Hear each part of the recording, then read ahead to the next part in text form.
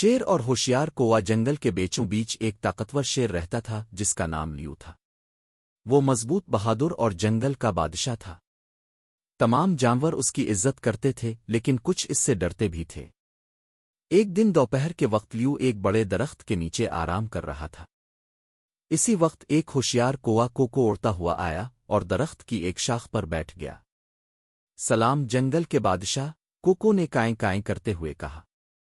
لیو نے جمائی لی اور کہا، چھوٹے پرندے، تم یہاں کیا کر رہے ہو؟ میں آپ کے لیے ایک پہیلی لایا ہوں، کوکو نے شرارت بھری چمک کے ساتھ کہا۔ لیو نے دلچسپی سے کہا، اچھا سناؤ، میں سن رہا ہوں۔ کوکو نے گلا صاف کیا اور پہیلی سنائی۔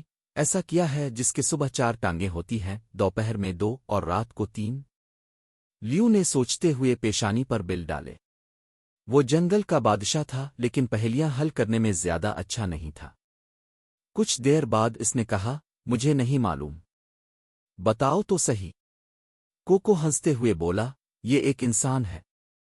بچپن میں وہ 4 ہاتھوں پیروں پر چلتا ہے، جوانی میں 2 پیروں پر اور بڑھاپے میں ایک لاٹھی کے سہارے چلتا ہے۔ لیو نے زور سے قہقہا لگایا، یہ تو واقعی ایک زبردست پہیلی تھی۔ تم بہت ہوشیار ہو کوکو۔ اس دن کے بعد لیو اور کوکو اچھے دوست بن گئے۔ لیو نے کوکو کی حفاظت کی اور کوکو نے لیو کو مزید دلچسپ کہانیاں اور پہیلیاں سنائیں۔ یوں طاقتور شیر اور ہوشیار کوے نے ثابت کیا کہ عقل اور دوستی سب سے بڑی طاقت ہوتی ہے۔ خاتمہ۔